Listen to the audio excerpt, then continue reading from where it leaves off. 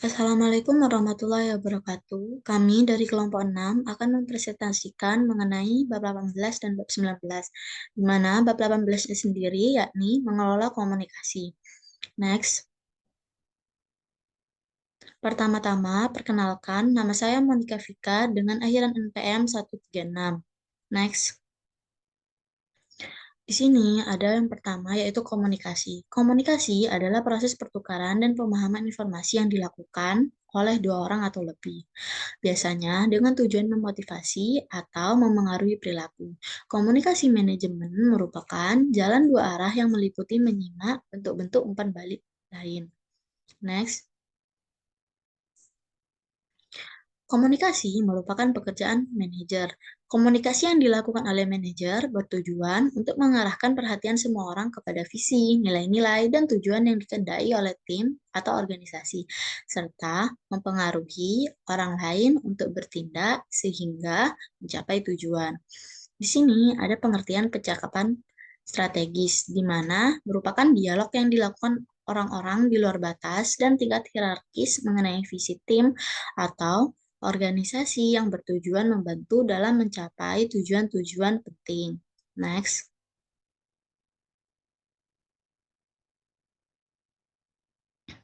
Untuk proses komunikasi sendiri yaitu untuk memahami kompleksitas proses komunikasi secara lebih baik, dua unsur penting di setiap situasi komunikasi ada dua, yaitu yang pertama adalah pengirim, lalu yang kedua adalah penerima. Pengirim sendiri merupakan siapa yang ingin mengemukakan ide atau konsep kepada orang lain, mencari informasi, maupun mengungkapkan pikiran atau emosi. Sedangkan untuk penerima adalah orang yang menjadi tujuan informasi. Pengirim menyandingkan ide dengan memilih simbol-simbol yang menyusun pesan. Pesan adalah rumusan kasat mata dari ide yang dikirimkan kepada penerima. Pesan dikirimkan melalui saluran atau pengangkut komunikasi. Saluran dapat berupa laporan formal, panggilan telepon, pesan surat elektronis, atau rapat tatap muka. Penerima menafsirkan simbol-simbol untuk menerjemahkan makna pesan. Terakhir, yaitu umpan balik, terjadi ketika penerima merespon komunikasi dari pengirim dengan memberikan pesan balasan. Tanpa umpan balik, komunikasi bersifat satu arah. Dengan umpan balik, komunikasi menjadi dua arah. Lalu, umpan balik merupakan sarana ampuh untuk efektivitas komunikasi karena memungkinkan pengirim mengetahui apakah penerima menafsirkan pesan dengan tepat. Next. Berkomunikasi dengan orang lain. Di sini ada 5, yaitu saluran komunikasi, perbedaan gender dalam komunikasi, berkomunikasi untuk membujuk dan mempengaruhi orang lain, komunikasi nonverbal, dan menyimak. Untuk berkomunikasi dengan orang lain, yakni berkomunikasi dapat gagal jika penerima dan pengirim tidak menyediakan atau menafsirkan pesan dengan cara yang sama. Next. Kita semua mengetahui sulitnya berkomunikasi dengan seseorang yang bahasanya berbeda dengan bahasa kita. Dan para manajer dewasa ini sering mencoba berkomunikasi dengan orang yang bahasanya berbeda dengan bahasa yang mereka gunakan. Manajer Softalk memberikan saran untuk berkomunikasi secara efektif dengan orang yang bahasanya berbeda dengan bahasa kita. Oleh karena itu, agar manajer dapat berkomunikasi secara efektif, mereka harus memahami bagaimana faktor-faktor seperti saluran komunikasi, kemampuan persuasi, perbedaan gender, perilaku nonverbal, dan menyimak semuanya dapat memudahkan atau menyulitkan komunikasi. Bisa back dulu.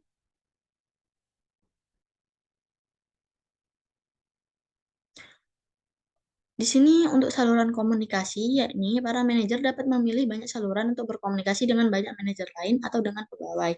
Seorang manajer dapat membahas suatu masalah dengan bertatap muka, membuat panggilan telepon, menggunakan oleh pesan instan, mengirim email, menulis memo atau surat, atau membuat entry di blog perusahaan, tergantung jenis pesannya.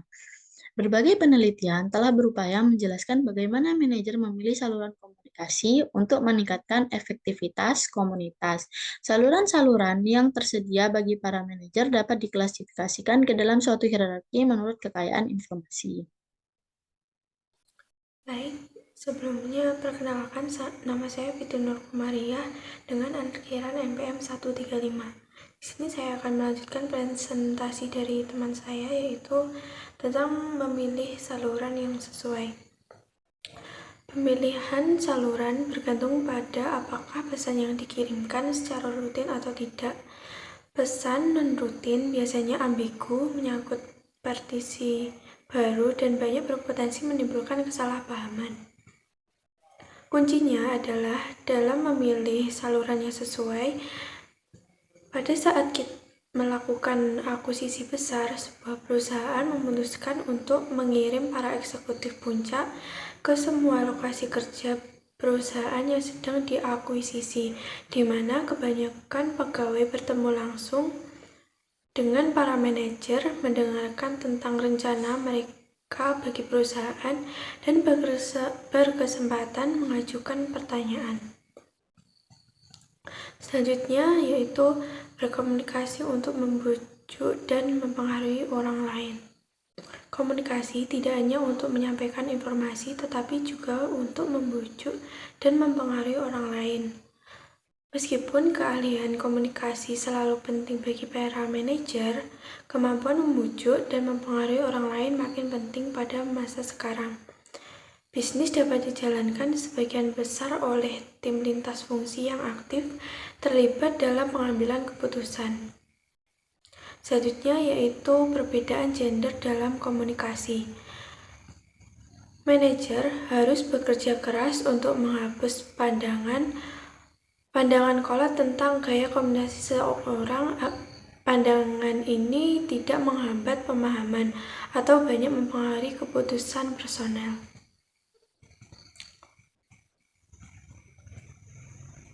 Bagi kebanyakan perempuan, berbicara berarti percakapan dan bahasa utama hubungan. Cara untuk memulai hubungan dan menegosiasi hubungan perempuan menggunakan gaya percakapan mereka yang unik untuk menunjukkan keterlibatan, hubungan, dan partisipasi. Perempuan dan laki-laki juga menampilkan perbedaan dalam bahasa tubuh. Perempuan cenderung menggunakan lebih banyak gestur ketundukan ketika berkomunikasi dengan laki-laki. Selanjutnya yaitu komunikasi nonverbal. Bahasa tubuh merupakan salah satu aspek komunikasi nonverbal. Komunikasi nonverbal adalah pesan yang lebih banyak dikirim lewat tindakan dan perilaku manusia daripada lewat kata-kata. Para manajer diawasi dan perilaku, penampilan, tindakan, dan sikap mereka menjadi simbol dari apa yang mereka nilai dan harapkan dari orang lain. Selanjutnya yaitu menyimak. Salah satu sarana terpenting bagi komunikasi manajer adalah menyimak pegawai maupun konsumen. Kebanyakan manajer kini menyadari pentingnya aliran informasi dari bawah ke atas, bukan dari atas ke bawah. Dan mereka sebaiknya menyimak dengan lebih baik. Beberapa organisasi menggunakan teknik-teknik inovatif untuk mengetahui apakah yang ada di benak pegawai dan konsumennya. Selanjutnya yaitu komunikasi organisasi.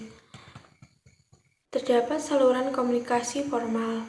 Saluran komunikasi formal adalah saluran komunikasi yang berjalan pada rantai komando dan tanggung jawab tugas yang diberikan organisasi. Komunikasi ke bawah dan ke atas adalah bentuk utama komunikasi yang digunakan di perusahaan tradisional yang diorganisasikan secara vertikal. Selanjutnya yaitu komunikasi ke bawah. Komunikasi bawah atau downward communication, komunikasi formal yang paling akrab dan jelas, adalah sebutan untuk pesan dan informasi yang dikirimkan dari manajemen puncak kepada bawahan ke arah bawah. Para manajer berkomunikasi ke bawah kepada pegawai lewat banyak cara, paling biasa lewat pidato, pesan di terbitan perusahaan, email, dan lain-lain. Dalam komunikasi ke bawah biasanya mencakup 5 aspek, yaitu yang pertama, implementasi tujuan dan strategi, yaitu mengkomunikasikan strategi dan tujuan baru, memberikan informasi tentang target khusus dan perilaku yang diharapkan. Yang kedua, yaitu instruksi dan dasar pekerjaan. Kedua arahan ini menunjukkan cara untuk mengerjakan tugas tertentu dan bagaimana tugas tersebut terkait dengan kegiatan lain di organisasi. Yang ketiga yaitu prosedur dan praktik.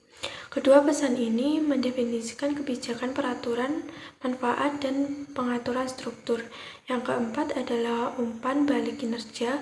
Kedua pesan ini menilai sebaik apa para individu dan departemen mengikuti program tabungan yang disponsori oleh perusahaan dalam mengerjakan tugas mereka. Yang kelima yaitu indoktrinasi, yaitu pesan ini yang dirancang untuk memotivasi pegawai dalam mengadopsi misi dan nilai budaya perusahaan dan untuk berpartisipasi di seremoni istimewa seperti piknik. Selanjutnya akan dijelaskan oleh rekan saya. Baik, saya akan menjelaskan materi selanjutnya, yaitu tentang komunikasi ke atas. Komunikasi ke atas meliputi pesan-pesan yang mengalir dari tingkat hierarki organisasi yang lebih bawah ke tingkat hierarki organisasi yang lebih tinggi. Ada 5 jenis komunikasi ke atas, yaitu yang pertama masalah dan pengecualian. Pesan-pesan ini bertujuan menggambarkan persoalan serius maupun pengecualian dalam kinerja rutin agar para manajer senior menyadari berbagai kesulitan yang ada. Yang kedua, saran perbaikan. Pesan ini adalah ide-ide untuk memperbaiki prosedur-prosedur terkait tugas untuk meningkatkan kualitas dan efisiensi. Yang ketiga, laporan kinerja. Pesan ini meliputi laporan periodik yang menginformasikan kinerja para individu dan departemen kepada para manajer. Yang keempat, keluhan dan perselisihan. Kedua pesan ini meliputi keluhan pegawai dan konflik-konflik yang perlu diketahui oleh hierarki agar dapat didengar dan dikomunikasikan untuk diselesaikan. Yang kelima, informasi keuangan dan akuntansi. Pesan-pesan ini berhubungan dengan biaya piutang, kemudian ada volume penjualan, perkiraan laba, laba investasi, dan masalah-masalah yang lain yang menjadi kepentingan manajer senior.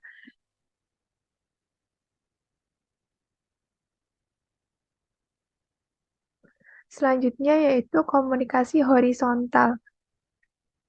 Komunikasi horizontal adalah pertukaran pesan secara lateral atau diagonal antara sesama pegawai. Komunikasi horizontal itu ada 3 jenis, yaitu yang pertama pemecahan masalah dalam departemen.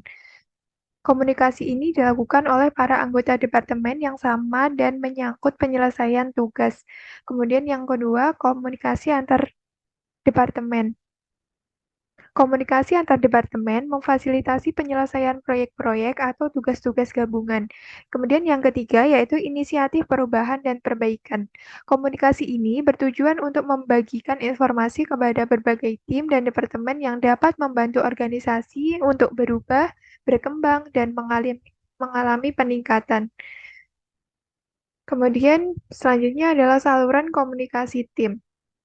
Penelitian-penelitian tentang komunikasi tim berfokus pada 2 karakteristik, yaitu yang pertama tingkat sentralisasi komunikasi tim dan yang kedua karakter tugas tim. Dalam jaringan tersentralisasi, para anggota tim harus berkomunikasi melalui seorang individu untuk memecahkan masalah atau mengambil keputusan. Sedangkan dalam jaringan terdesentralisasi, para individu dapat bebas berkomunikasi dengan sesama anggota tim. Kemudian ada saluran komunikasi pribadi. Saluran komunikasi pribadi berada di luar saluran yang berkewenangan formal. Di kebanyakan organisasi, saluran-saluran informal ini menjadi cara utama informasi untuk menyebar dan pekerjaan dapat terselesaikan.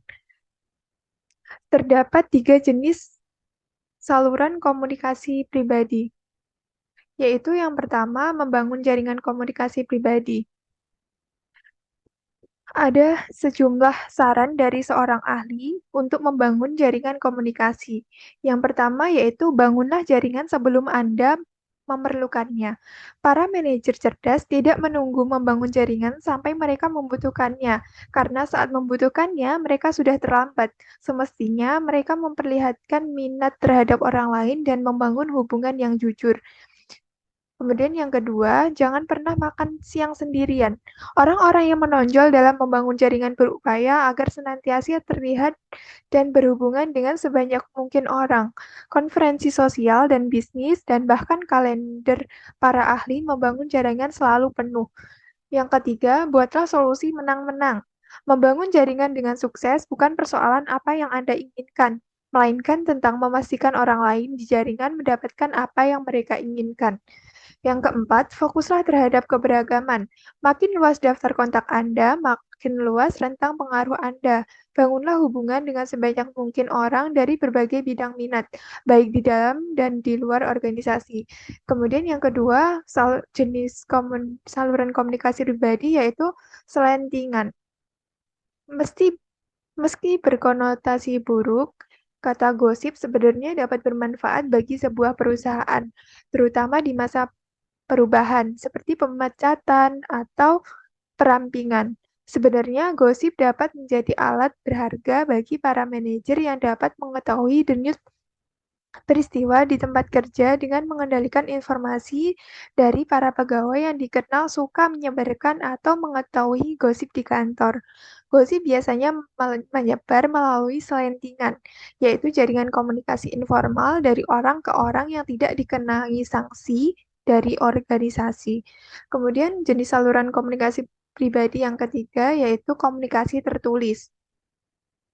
Para manajer dapat meningkatkan keahlian menulis mereka dengan mengikuti saran-saran berikut, yaitu yang pertama, hormati pembaca. Waktu pembaca sangat berharga. Jangan menyia-nyiakan dengan memo atau email panjang dan melantur yang harus dibaca beberapa kali untuk memahaminya. Perhatikan tata bahasa dan ejaan Anda. Kemudian yang kedua, ketahui poin Anda dan langsung membahasnya. Apa informasi yang penting yang Anda inginkan agar dilihat oleh pembaca? Banyak orang duduk menulis dan menulis tanpa memperjelas hal-hal yang mereka katakan. Kemudian yang cara ketiga yaitu menulislah dengan jelas dan bukan mengesankan. Jangan menggunakan bahasa yang dibuat-buat dan hambur kata.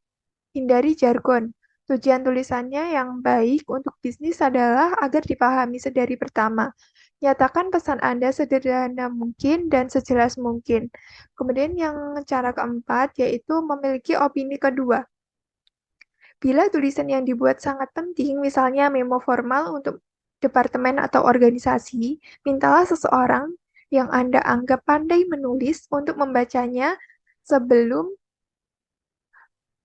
Anda menyampaikannya kepada orang lain. Selanjutnya yaitu inovasi dalam komunikasi organisasi. Inovasi dalam komunikasi organisasi itu ada 4 strategi, yaitu untuk mendorong dialog, mengelola krisis komunikasi, menggunakan umpan balik untuk membina pegawai, dan menciptakan iklim kepercayaan dan keterbukaan. Yang pertama, dialog, yaitu proses komunikasi kelompok yang di dalamnya orang-orang menciptakan aliran makna yang memungkinkan mereka saling memahami dari berbagai sudut pandang. Kemudian yang kedua yaitu mengelola krisis. Mengelola komunikasi krisis. Para manajer dapat mengembangkan 4 keahlian untuk mengomunikasikan krisis. Yang pertama, jagalah fokus Anda. Kemudian yang kedua, tetap terlihat, jadi tidak lari dari masalah. Kemudian yang ketiga, ungkapkan kebenaran meski pahit. Kemudian yang keempat, komunikasikan sebuah visi masa depan. Selanjutnya, inovasi dalam komunikasi yang ketiga yaitu umpan balik dan pembelajaran. Umpan balik dan pembelajaran ini memungkinkan para manajer untuk mengetahui jika mereka telah berhasil dalam berkomunikasi dengan orang lain. Baik, sekian penyampaian materi dari saya, dan selanjutnya akan dilanjutkan oleh rekan saya. Assalamualaikum warahmatullahi wabarakatuh. Sebelumnya, perkenalkan saya Nelana Faza Kumala dengan NPM akhir 197. Di sini saya akan melanjutkan penjelasan mengenai materi bab 18, yaitu iklim kepercayaan dan keterbukaan. Di dalam iklim kepercayaan dan keterbukaan itu memuat 4 poin penting. Yang pertama, salah satu hal terpenting untuk memperbaiki komunikasi organisasi adalah menciptakan iklim kepercayaan dan keterbukaan. Poin yang kedua, seorang manajer harus mengembangkan dan menggunakan saluran-saluran komunikasi formal ke semua arah. Poin yang ketiga yaitu, seorang manajer harus mendorong penggunaan saluran berganda, termasuk komunikasi formal dan informal. Dan poin terakhir yaitu, struktur harus cocok dengan kebutuhan komunikasi. Selanjutnya ada bab 19 yang membahas mengenai memimpin tim. Sebelum mempelajari lebih lanjut tentang memimpin tim, kita harus tahu dulu nih, apa itu pengertian dari tim. Tim adalah unit dari 2 orang atau lebih yang berinteraksi dan mengkoordinasikan kerja mereka untuk mencapai tujuan tertentu. Dari definisi tim ini dapat dimuat 3 hal penting. Yang pertama, sebuah tim itu harus terdiri dari 2 orang atau lebih. Poin yang kedua, sebuah tim itu harus terjadi percakapan atau interaksi secara intens. Yang ketiga, sebuah tim itu harus memiliki tujuan kerja. Selanjutnya ada dilema tim. Di dalam sebuah tim itu pasti terdapat dilema-dilema antar anggotanya maupun antar internal dari tim tersebut. Dilema-dilema tersebut mencakup yang pertama, kita harus mengesampingkan kemandirian kita. Maksud dari hal ini adalah kesuksesan suatu tim itu tidak hanya bergantung pada inisiatif atau pekerjaan diri kita sendiri, melainkan bergantung pada pekerjaan anggota tim lain. Yang kedua, kita harus berhadapan dengan pembonceng. Maksud dari kata pembonceng di sini adalah seseorang yang mengambil manfaat dari kesuksesan sebuah tim, akan tetapi orang tersebut tidak ikut dalam berkontribusi atau melakukan pekerjaan-pekerjaan di suatu tim. Yang ketiga, ada tim terkadang menjadi kehilangan fungsi. Maksud dari hal ini adalah di perusahaan kan banyak tim-tim yang sukses, tetapi di perusahaan juga ada tim yang gagal total, seperti itu. Selanjutnya ada 5 disfungsi yang bisa terjadi dalam tim. Dalam tim itu pasti bisa terjadi disfungsi-disfungsi. Disfungsi-disfungsi tersebut mencakup yang pertama, kurangnya kepercayaan. Yang kedua, ketakutan akan konflik. Yang ketiga, kurangnya komitmen. Yang keempat, penghindaran akuntabilitas. Dan yang terakhir yaitu kurangnya perhatian pada hasil. Untuk mengatasi disfungsi-disfungsi tersebut, suatu tim itu harus memiliki karakteristik tim yang baik.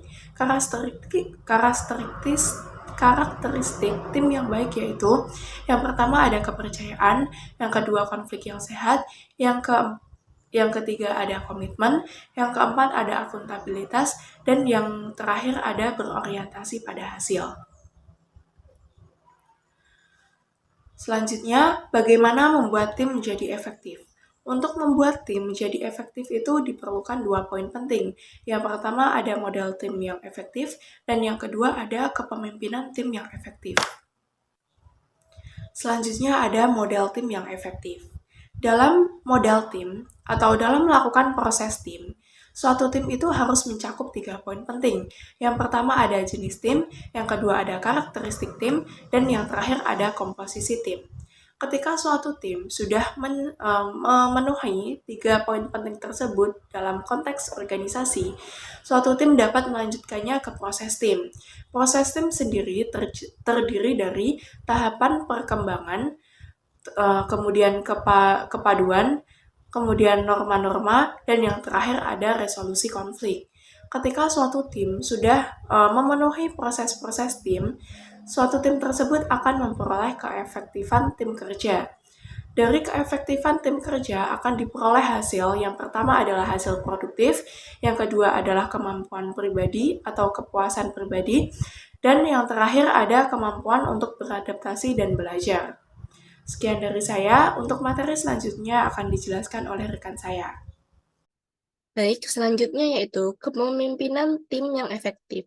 Nah, untuk memiliki kemampuan kepemimpinan tim yang efektif, ada 3 cara spesifik yang dapat digunakan oleh pemimpin untuk berkontribusi pada kesuksesan tim. Yang pertama yaitu dengan mengerahkan anggota-anggota untuk mencapai suatu tujuan. Sudah menjadi tanggung jawab seorang pemimpin untuk menyampaikan tujuan dan arahan yang jelas, serta bersifat memaksa yang merupakan salah satu unsur kunci dari sebuah tim yang baik.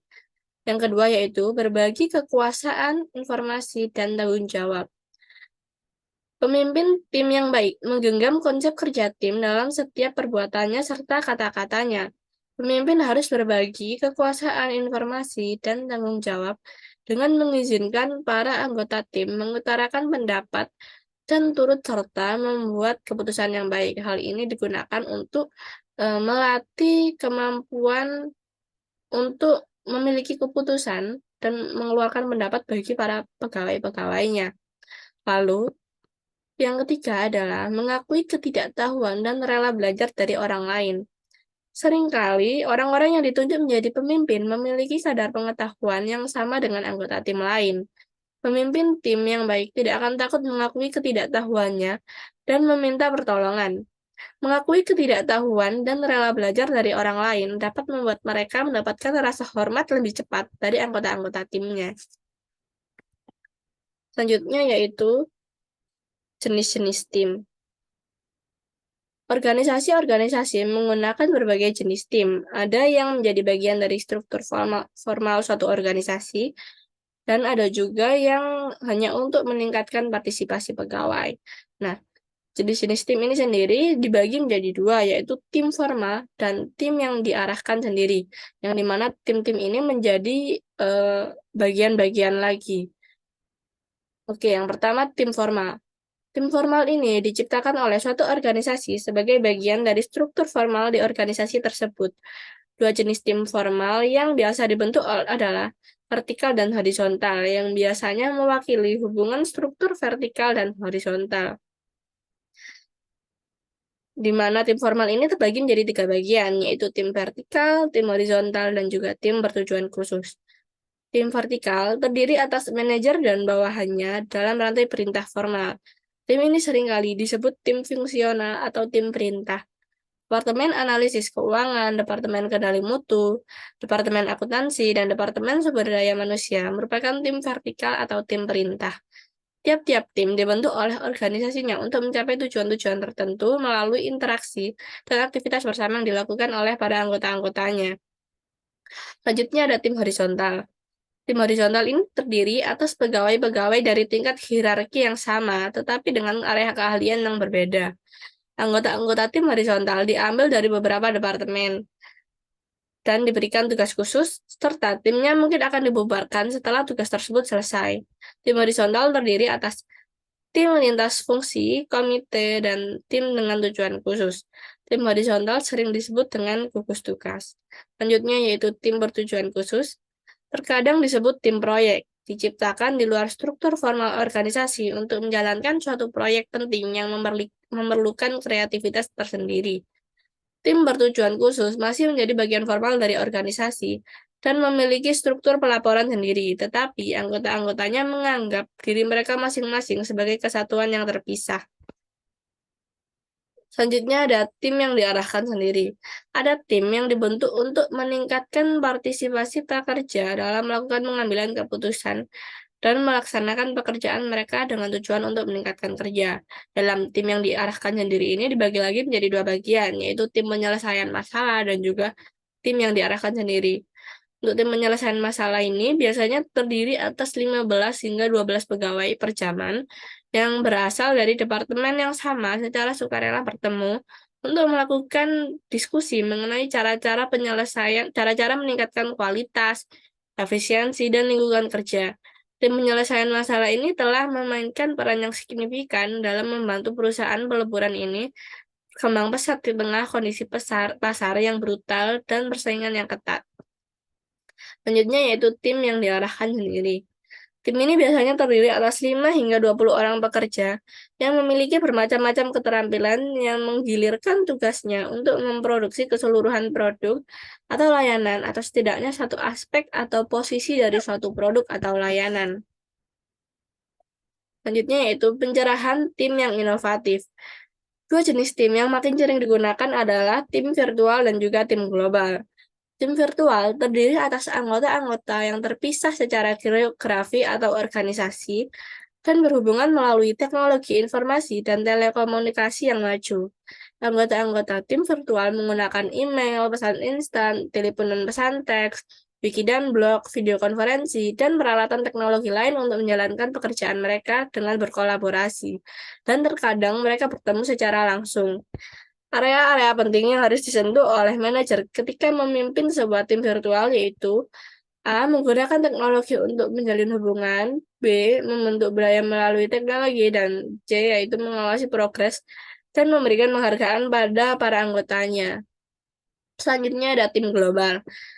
Tim ini merupakan tim kerja lintas batas yang terdiri atas anggota-anggota dari bangsa yang berbeda dan memiliki aktivitas yang mencakup banyak negara. Beberapa tim global terdiri atas anggota-anggota yang berasal dari negara atau budaya yang berbeda dan melakukan pertemuan tatap muka. Sikap budaya yang berbeda ini dapat mempengaruhi kecepatan kerja, komunikasi tim, pengambilan keputusan, persepsi terhadap tenggat waktu, dan permasalahan lainnya, serta memberikan lahan yang subur untuk menumbuhkan kesalahpahaman. Organisasi-organisasi yang menggunakan tim global ini akan menginvestasikan waktu dan sumber dayanya untuk memberikan pendidikan yang cukup pada para pegawainya.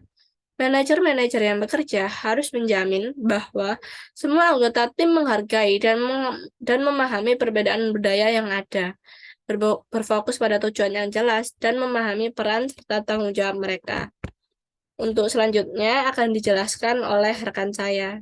Terima kasih. Assalamualaikum warahmatullahi wabarakatuh.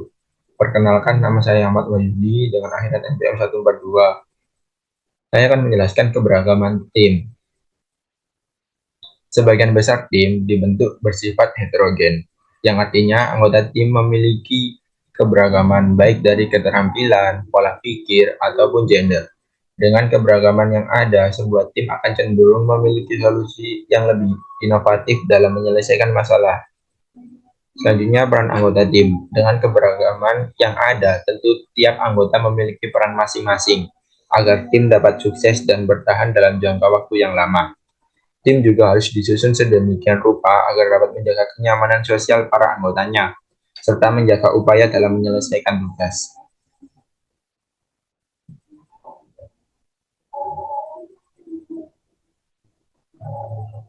Tim yang baru dibentuk memiliki proses tersendiri agar menjadi sebuah tim yang lebih baik di kemudian hari.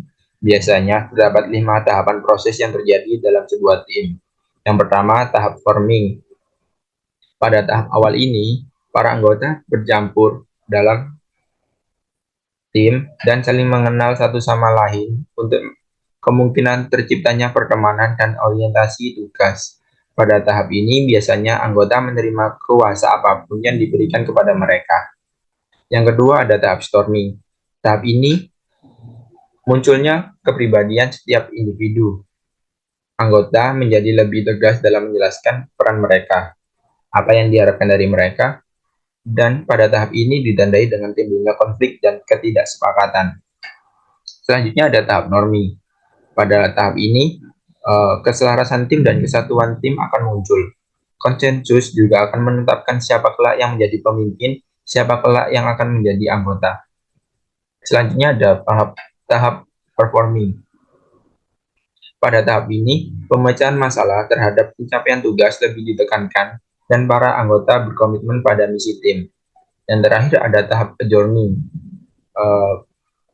Pada tahap ini, kemungkinan para anggota akan merasakan emosionalitas puncak, kepaduan yang kuat, dan depresi atas pembubaran tim.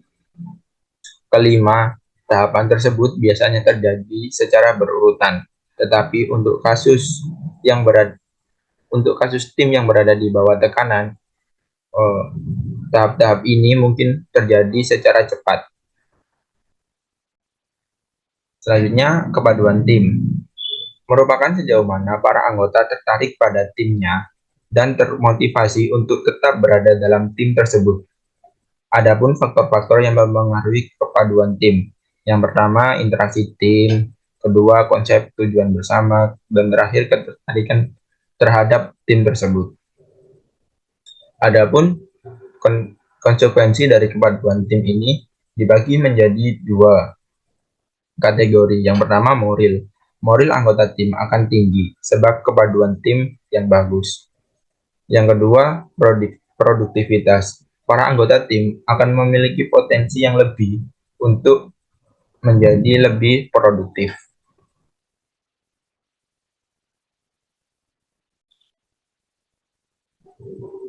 Selanjutnya ada norma tim, yaitu standar perilaku informal yang dianut oleh semua anggota tim dan dijadikan acuan dalam berperilaku.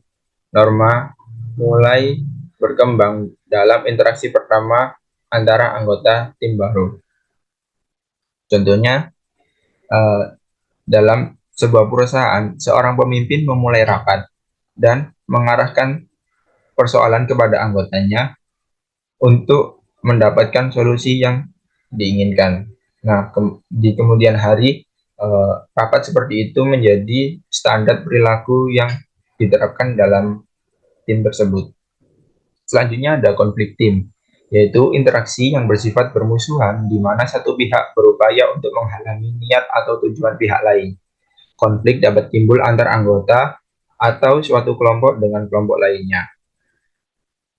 Menjadi perhatian penting bagi pemimpin sebuah tim untuk menyelesaikan konflik-konflik yang terjadi dalam tim tersebut. Selanjutnya, menyeimbangkan konflik dan kerja. Diperlukan adanya konflik seperti konflik halus dapat memberikan keuntungan bagi tim karena dapat menghasilkan pengambilan keputusan yang lebih baik. Namun, konflik yang terlalu besar tidak dikelola secara baik dapat merusak moral dan produktivitas tim. Menjadi tugas seorang pemimpin tim untuk dapat menemukan keseimbangan antara konflik dan kerjasama agar tercapainya tujuan dari tim tersebut. Terima kasih. Selanjutnya akan dijelaskan oleh rekan saya. Saya Ibu. Di sini saya akan menjelaskan tentang sebab-sebab konflik. Beberapa faktor dapat mengarah pada terciptanya konflik.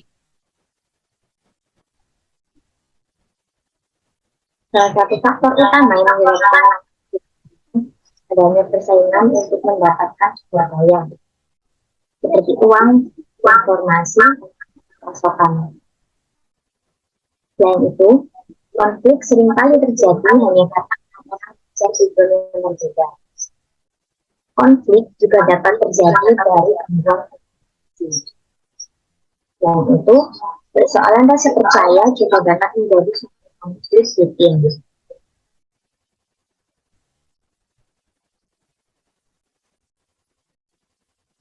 Berikutnya ada gaya penanganan konflik. Di sini gaya penanganan konflik dibagi jadi 5. Yaitu yang pertama ada gaya bersaing. Di mana gaya bersaing ini mencerminkan ketegasan seseorang untuk mengungkapkan keinginannya dan dapat digunakan ketika tindakan cepat dan tegas. Yang kedua, ada gaya menghindar. Gaya menghindar tidak mencerminkan ketegasan ataupun kerjasama. Yang ketiga, ada gaya berkompromi, di mana gaya ini mencerminkan jumlah yang cukup dari ketegasan dan kerjasama. Berikutnya yang keempat ada gaya mengakomodasi, di mana gaya ini mencerminkan derajat kerjasama yang tinggi yang akan sangat cocok ketika orang dari bahwa diri mereka bersama. Berikutnya, yang kelima ada gaya berkolaborasi. Gaya ini mencerminkan tingkat ketegasan dan kerjasama yang tinggi.